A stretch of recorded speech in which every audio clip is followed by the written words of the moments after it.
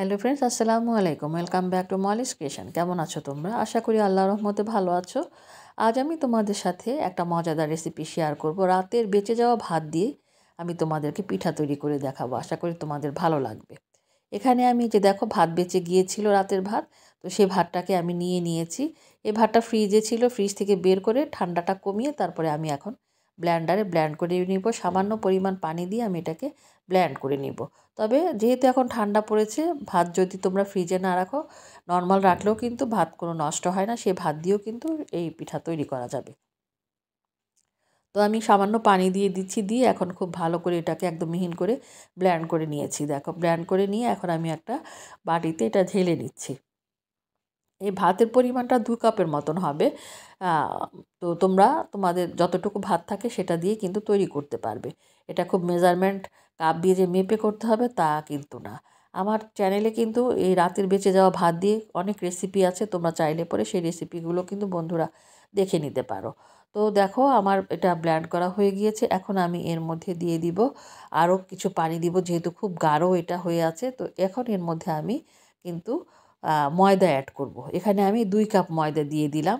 তারপরে ময়দাটাকে আমি ময়দার মধ্যে আমি দিয়েছি হাফ চামচের একটু বেশি লবণ, দিয়ে আমি এই যে ভাতের যে পেস্টটা সে তার মধ্যে মিশিয়ে দিচ্ছি।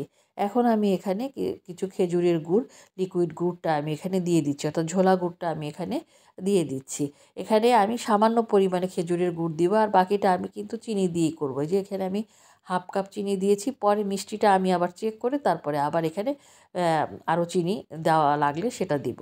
তো এখন খুব ভালো করে আমি এটাকে দিয়েছি 1 টেবিল চামচ পরিমাণ গুঁড়া দুধ। গুঁড়া দুধটা তোমরা যদি চাও স্কিপও করতে পারো, আর দিলে পরে পিঠাটা কিন্তু খেতে খুব ভালো লাগে আর খুব নরম হয়। তো দেখো, একদম খুব ভালো করে কিন্তু আমি এভাবে হাত দিয়ে মেখে নিচ্ছি, যেন কোনো দানা না থাকে এবং খুব ভালো করে একদম মিশে যায় ভাত এবং ভাতের পেস্ট এবং ময়দাটা খুব ভালো করে মেখে নিয়েছি। তো এখন আমি এর মধ্যে আরও হাফ কাপ চিনি দিয়ে দিয়েছি, তো অর্থাৎ সর্বমোট 1 কাপ চিনি আমি দিয়েছি। দিয়ে তোমরা কিন্তু এটা শুধু চিনি দিয়েও করতে পারো, আবার শুধু গুড় দিয়েও করতে পারো।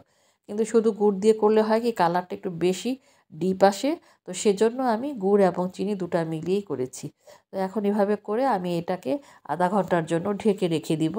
তো ঢেকে রেখে দেওয়ার পরে এটা কিন্তু একদম ব্যাটারটা খুব সুন্দর হয়ে যাবে। দেখো, আধা ঘন্টা পরে আমি তোমাদেরকে দেখাচ্ছি যে এটা কতটা ঘন হয়েছে। তো যেহেতু ভাত, সেজন্য এটা কিন্তু খুব বেশি পাতলা করা যাবে না, এরকম ঘনই কিন্তু থাকবে। চুলায় আমি ফ্রাই প্যানের মধ্যে তেল বসিয়ে দিয়েছি। দিয়ে এখন আমি তেলটা যখন পর্যাপ্ত গরম হয়ে যাবে, তখন একে একে এই আমি পিঠাটাকে দেখো এভাবে তেলের পিঠা বা পোয়া পিঠা যেরকম হয় সেরকম দিয়ে আমি এটাকে ভেজে নিব। মিডিয়াম হিটে কিন্তু আমি এটাকে ভেজে নিব। খুব সহজ এই রেসিপিটা, আর খুব সফট হয় এই পিঠাটা, একদম খেতে খুব ভালো লাগে। আর চিনির ব্যাপারটা হচ্ছে, তোমরা যে যে ধরনের মিষ্টি পছন্দ করো সেরকম মিষ্টি দিলেই কিন্তু হবে। তো আমার মিষ্টিটা কিন্তু একদম পারফেক্ট হয়েছিল। দেখো, আমি উল্টিয়ে দিচ্ছি, দিয়ে আমি মিডিয়াম হিটে কিন্তু এটাকে ভেজে নিচ্ছি। এই যে আরেকটা পাশে দিয়ে দিলাম। এভাবে খুব মজাদার পিঠা তৈরি হয়ে যায় ঝটপট। তোমরা এই রাতের বেঁচে যাওয়া ভাত দিয়ে মজাদার এই পিঠাটা তৈরি করতে পারো। বন্ধুরা, তোমরা যারা ফেসবুক পেজ থেকে দেখছো, এখনও পেজটা ফলো না করে থাকলে, আজকের ভিডিও ভালো লেগে থাকলে ফলো করে দিও। যারা ইউটিউব চ্যানেল থেকে দেখছো, যদি এখন আমার চ্যানেলটি সাবস্ক্রাইব না করে থাকো, আজকের ভিডিও ভালো লেগে থাকলে তোমরা চ্যানেলটি সাবস্ক্রাইব করে নিও, আর পাশে থাকা বেল বাটনটি ক্লিক করে দিবে, যেন ভিডিও আপলোড করার সাথে সাথে নোটিফিকেশান তোমরা পেয়ে যাও। নিত্য নতুন ভিডিও তোমরা আমার চ্যানেল থেকে উপভোগ করতে পারো। আর পুরনো বন্ধুরা, তোমরা তো অনেক সুন্দর সুন্দর কমেন্টস করে আমাকে উৎসাহ দিয়ে যাচ্ছ। তোমাদেরকে অসংখ্য ধন্যবাদ আমাকে এভাবে সাপোর্ট করার জন্য। আজকের রেসিপি তোমাদের কাছে কেমন লাগলো অবশ্যই তোমরা কমেন্ট বক্সে কমেন্টস করে জানাবে। দেখো কতটা ঝটপট এই পিঠাটা তৈরি হয়ে যাচ্ছে। এটা কিন্তু তৈরি করতে খুব বেশি সময় লাগে না। একদম খুব নরম, দেখেই বোঝা যাচ্ছে যে কতটা নরম এই পিঠাটা তৈরি হচ্ছে। তো একে একে কিন্তু আমি দিয়ে সব পিঠাগুলো তৈরি করে নিচ্ছি। তবে কিছু গোলা কিন্তু আমি ফ্রিজে রেখে দিয়েছি, কারণ এতগুলো পিঠা একসাথে খাওয়া যাবে না। তো সেজন্য কিছু গোলা আমি ফ্রিজে রেখে দিয়েছি, আবার পরবর্তীতে বের করে আবার সেটা ভেজে নিব। তো দেখো কতটা সুন্দর, একদম তেলের পিঠার মতনই কিন্তু হচ্ছে। একদম সফট হবে, যেহেতু ভাত দেওয়া এবং ময়দা দেওয়া। আর এটা কিন্তু তোমরা একদম ইজিলি 2 দিন বাইরে রেখে কিন্তু খেতে পারবে, ফ্রিজে ঢোকানোরও দরকার নেই, আর খুব সফট হয়।